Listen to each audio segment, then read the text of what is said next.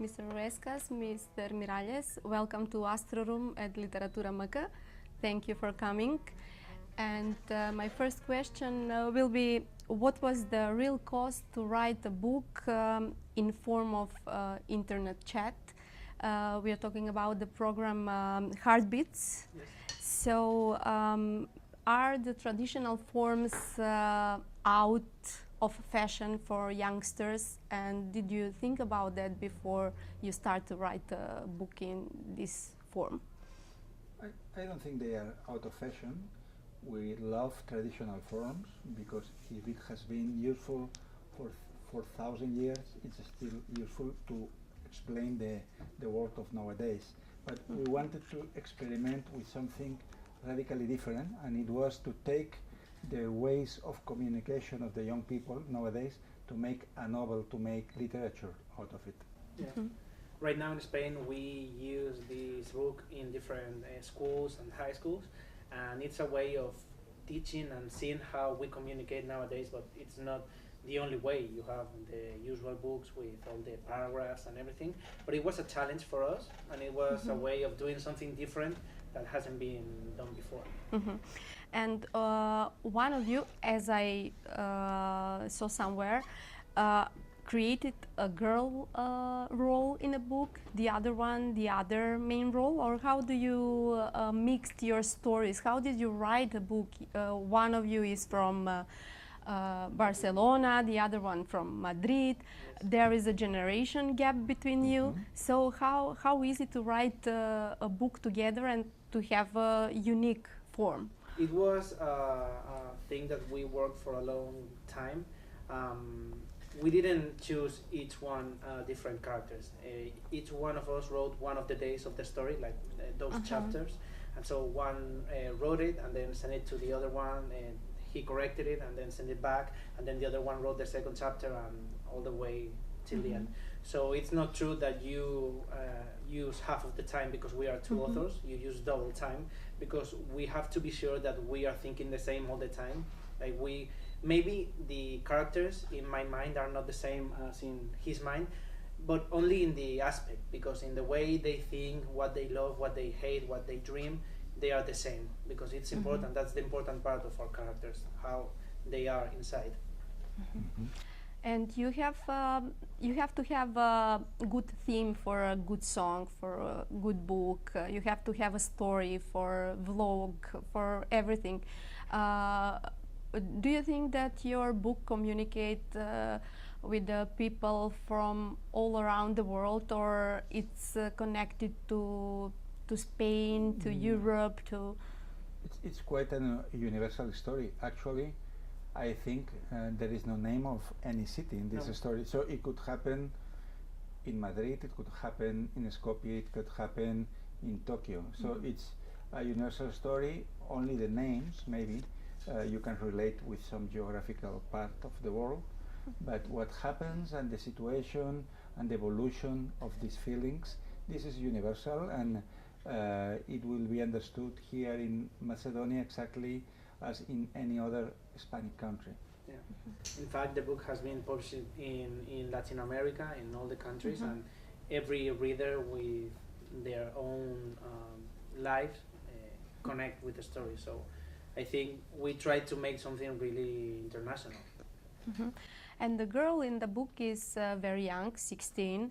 So I find out in Macedonian translation of the book actually that there are philosophical manner in a talk, and is it a real picture of Spain nowadays and youngsters, because they talk with the boy on a high level of this is realistic, because we are not interested in characters that have nothing to say. So there are people with 16 who are only interested maybe in football, and there are others that are reading a lot since they are 12, 13, 14, and they have philosophical doubts, they have been in love, they have a lot of questions, and I think really to be existentialist is much easier with 16 than with 50. So this is the time to put questions and to question everything in life. Mhm. And how come Buddha is in a book? Well, Did you don't have a narrator? Did you miss something just to merge everything? Because it's a chat, it's like messenger, and it's hard to lead the story that way. In all of our books, we try to give something more than the story and the characters. We usually give titles of books or movies or songs that are connected to us and we want to share with our readers. So using this Buddha that appears at the beginning of every day with this in this app we use called Heartbeats is a way of connecting with the reader to show them new sentences that maybe they haven't heard about and that are important in our lives and also in history. And we use those sentences too as a resume of what's going to happen in that day in a way. So it was a way of making this app something different than the usual WhatsApp we use, and it was because of Francesque. He loves all these aphorisms, all these sentences from Buddha, and we wanted to use them in the book. And your interests are diverse, yours too, because you're a journalist, writer, musician, you're a vlogger, journalist and writer. And is it helpful? Because I noticed in a book some filmic parts, like scenes. Did you think that way? Does it helpful, or maybe is disadvantage to know, to have different aspects? It's an advantage, and there is something filmic in this story, and the proof of that is that when we go to schools, the students make a lot of book trailers, and they imagine even that. I think it would be very difficult to film a whole movie when the only way of communicating is the screen of a mobile phone. So how to translate it into a movie? But yes, it has a modern rhythm, and we wanted to combine everything together. That's what happens when we are having conversations nowadays. Sometimes we are sending a song, we are recommending a movie, we are thinking about the past, about the future. So our life is in these screens nowadays, and we wanted to express this in this modern opera, so to tell. And you're well educated, and you have your other books, and you're awarded for that. So in this book, can you be so free to use like short forms of words, like symbols, etc.? Those are things that we use in a chat. So yeah, right now it's kind of difficult to use them because the autocorrector of the phone will make them become a word. So we had that in mind too, and we also at the beginning of the story we say that it's not you don't need to be short of letters, because now it's not something to it's not gonna be more expensive if you use more letters in the word. So it was a way of getting into the story and making something, but sometimes some of the characters use some words without some of the letters, but we wanted to feel like a book in that way. And maybe it's the more unrealistic thing of the book that usually they never use any abbreviations in the words, but it was something we wanted at the beginning, from the beginning, and also because it was gonna go to schools. We didn't want to encourage people to write in the wrong way. We love the words, we love how to write, and we love every word, every letter of every word, so we wanted to use them.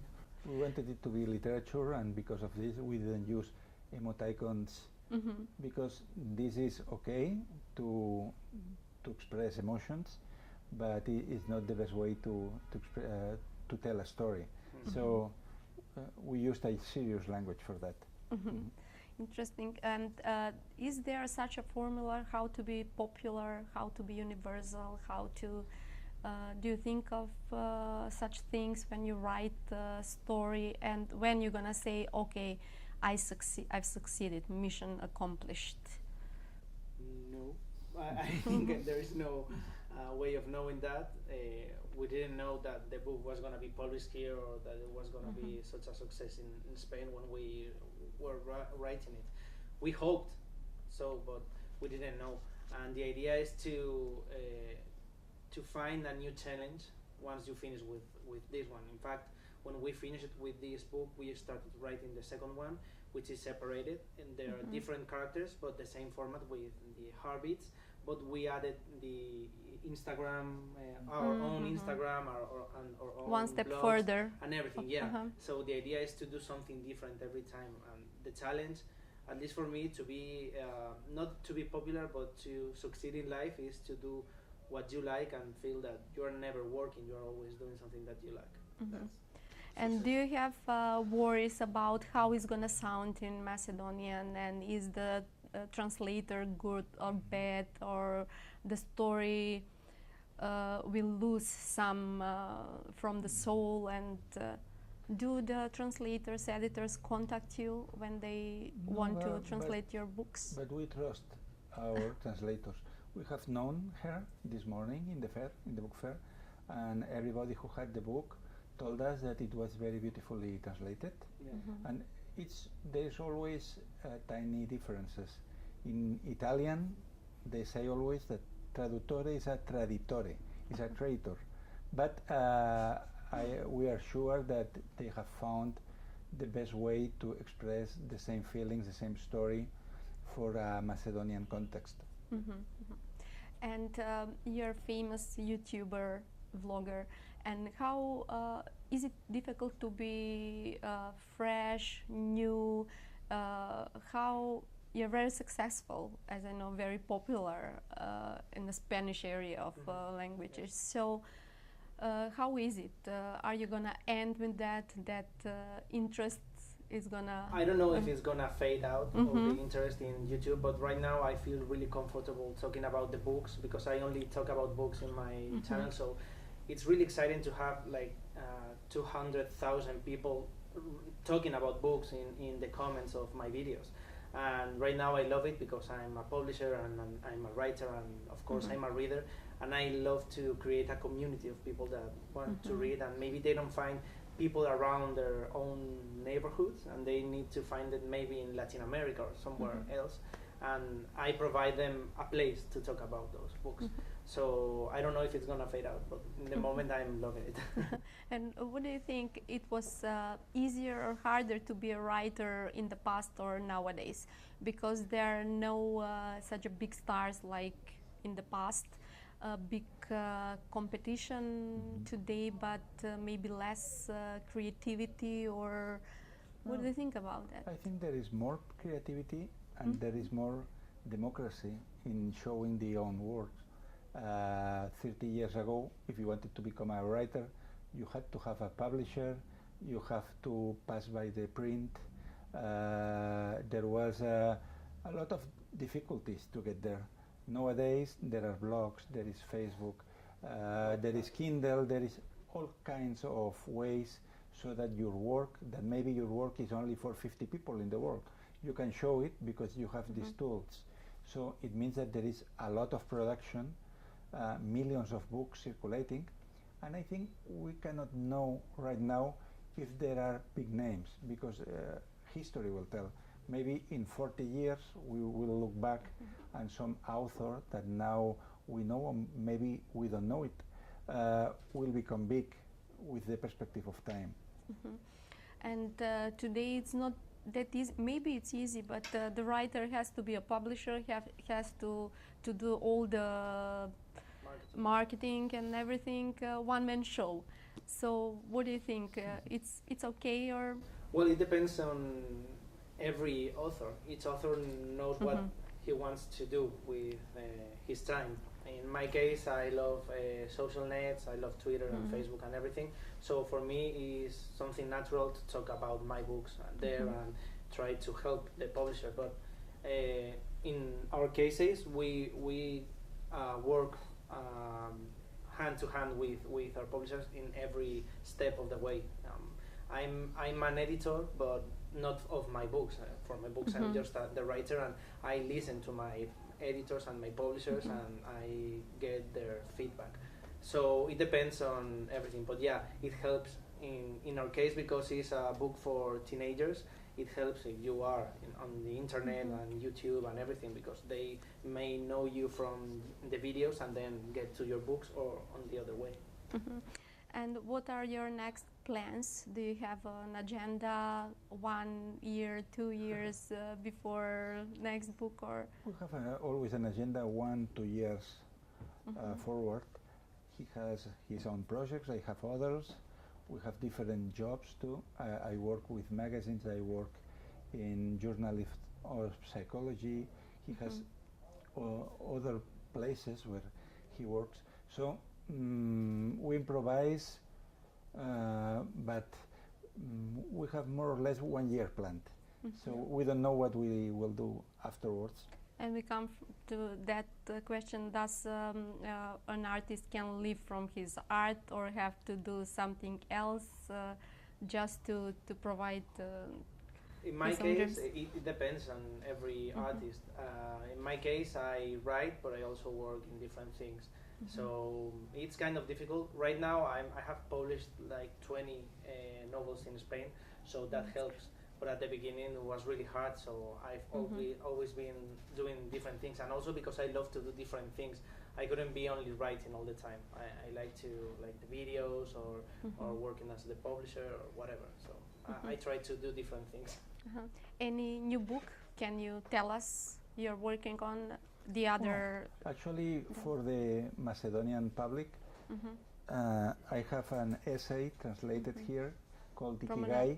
That is an investigation about an island in Japan where the people with highest rate of longevity live. And it's a book about what is the secret of these people who live over 100 years old.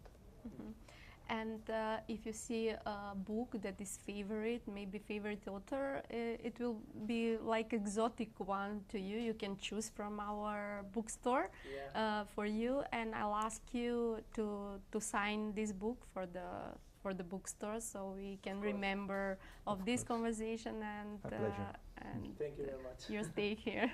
You're welcome. Thank you very much. Thank you.